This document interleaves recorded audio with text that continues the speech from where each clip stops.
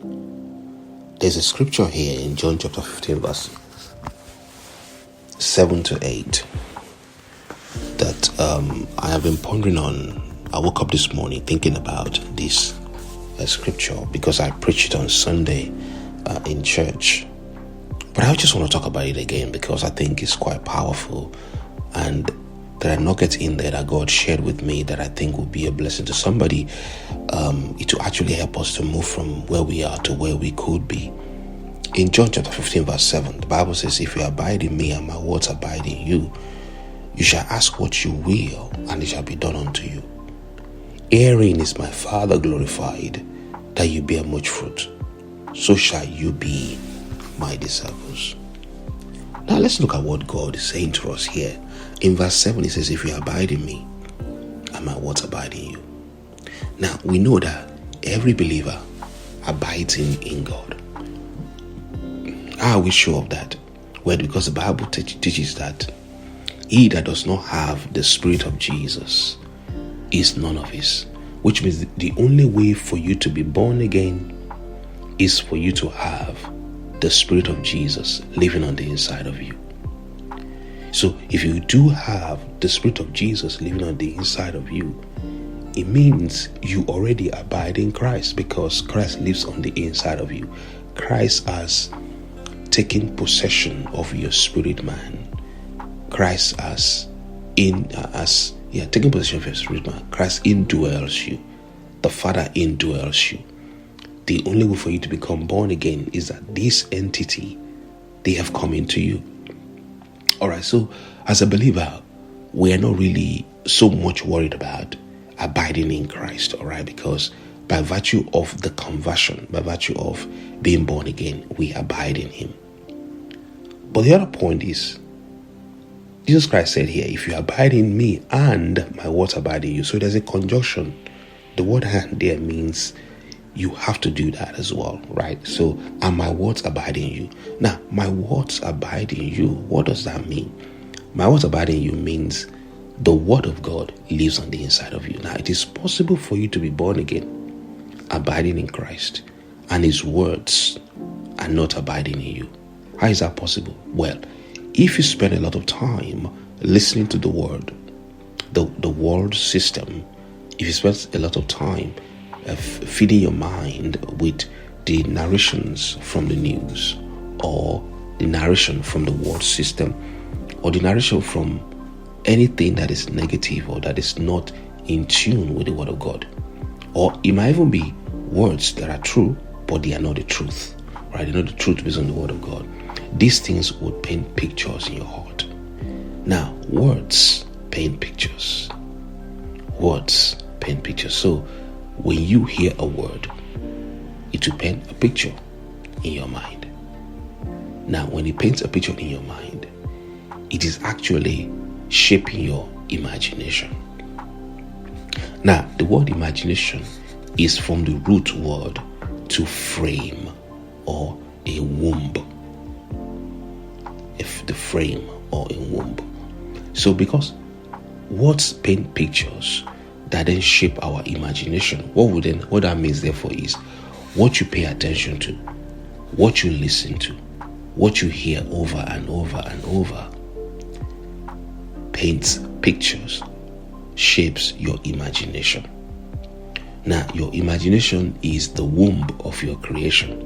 So what fills your imagination then becomes what you are ultimately going to be prone to act upon and act out.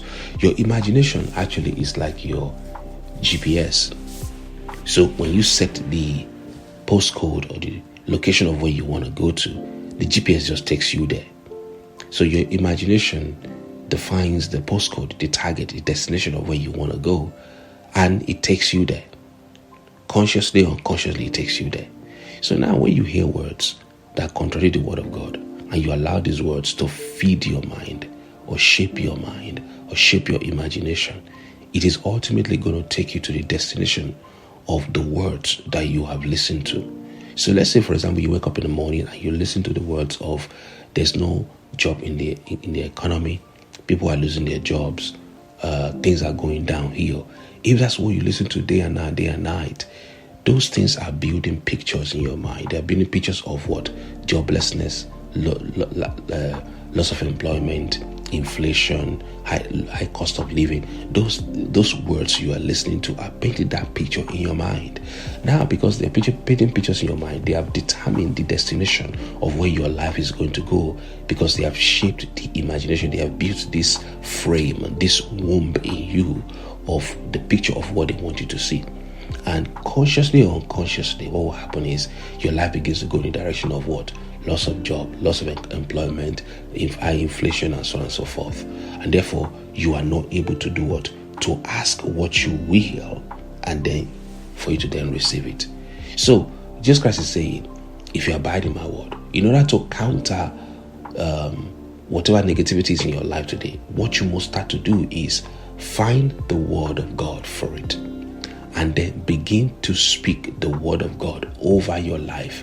In the beginning, you may not feel like it is working, but because words paint pictures, the word of God that you are speaking out of your mouth will ultimately fill your mind up with the image of the word of God, the image of what you have declared over your life. And therefore, consciously or unconsciously, you begin to do what? Move in that direction, because words paint pictures, and the pictures become the destination. The destination become the place where you want the GPS of your life to go to, so that you can get to where God wants you to go. Here's something that I want you to note down. When you first start to confess the word of God about a situation in your life, you are causing faith to come. The Bible says faith comes by hearing, and hearing by the word of God. Romans chapter 10 verse 17. So faith comes by hearing. Your faith will only come as you hear and hear and hear the word of God. As you hear and hear the word of God, as it pertains to the situation that you need a change in, as you say those words, as you hear those words, as you speak them out of your mouth, your faith will begin to go. So as you continue to speak God's word, you destroy the old image of what you have heard in the word: lack of job, lack of employment, high inflation rate. You destroy the old image and you perfect a new image inside you.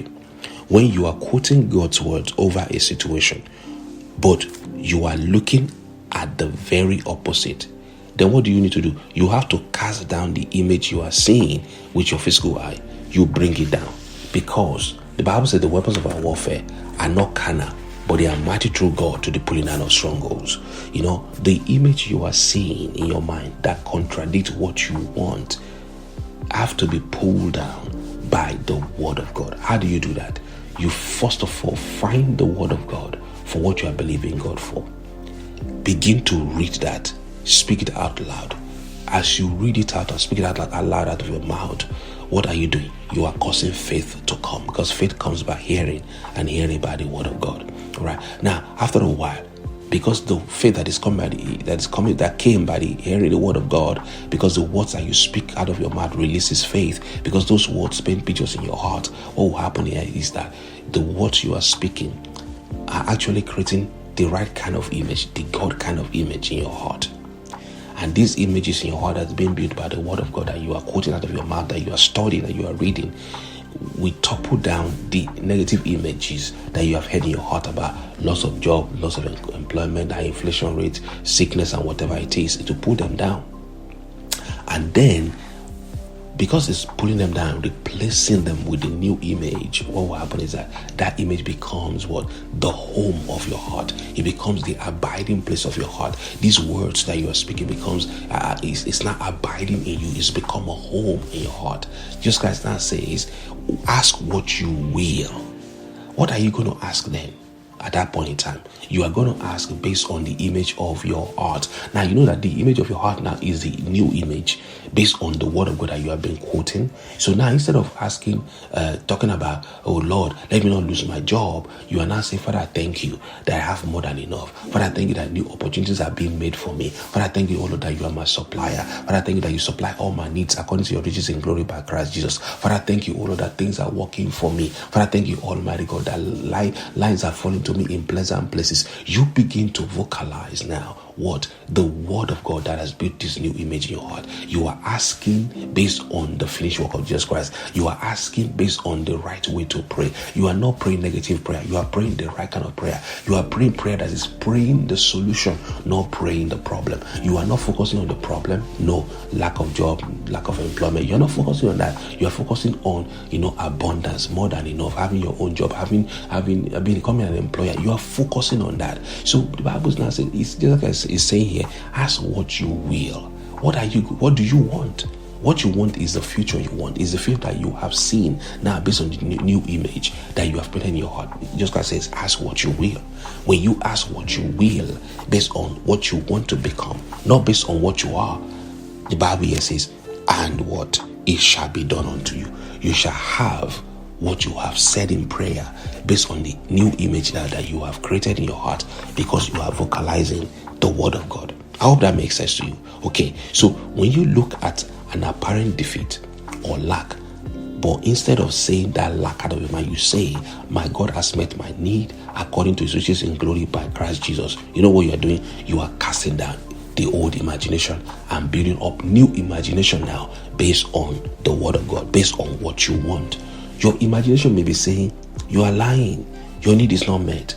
But you start saying it like God has said it. You say, because I have given, it is given unto me. Pressed down, shaking together, running over, shall men give unto me. Now you begin to say, because God is on my side, I have more than enough. You begin to say, the Lord supplies all my needs according to his riches in glory by Christ Jesus.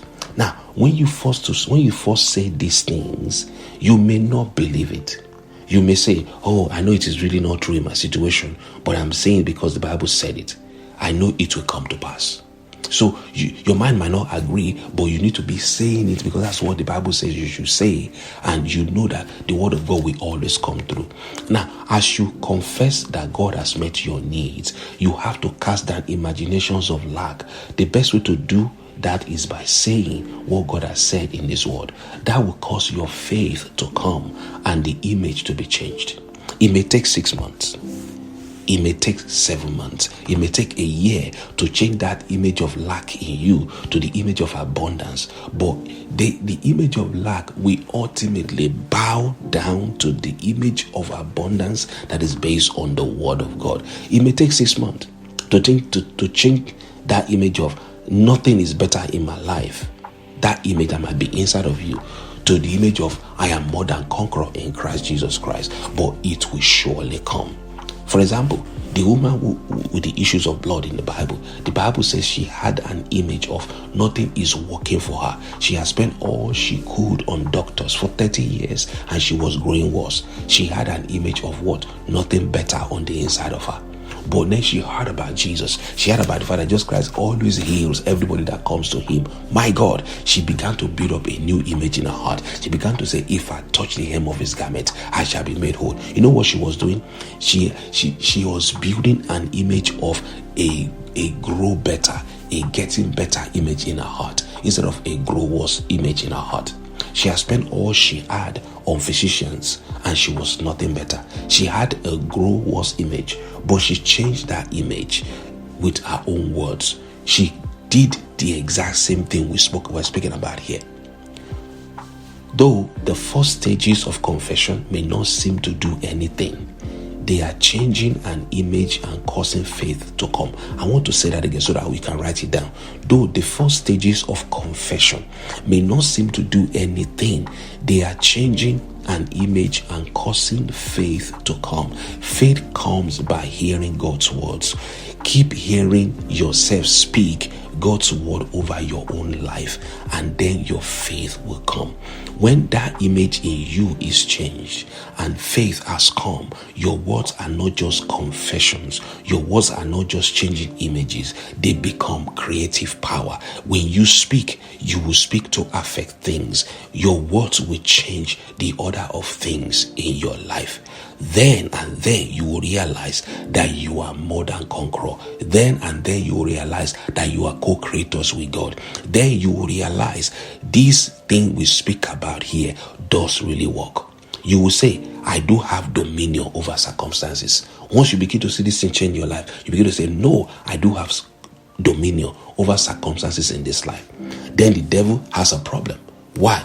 Because he cannot prevail against you. He cannot prevail against the word of God that you are now confessing. Hallelujah. I hope that has been a blessing. Now, verse 8 says, because God will answer this prayer based on this prayer we have spoken about. The Bible says, this is how the Father is glorified. Herein is my Father glorified, that you bear much fruit. You want to bear much fruit? Follow this process. As you go through this process, listen to the word, speak the word, act the word out. You are going to bear much fruit. And the Bible says, this is how you prove that you are a disciple of the Lord Jesus. I hope this has been a blessing to you. God bless you. I'll speak to you another time.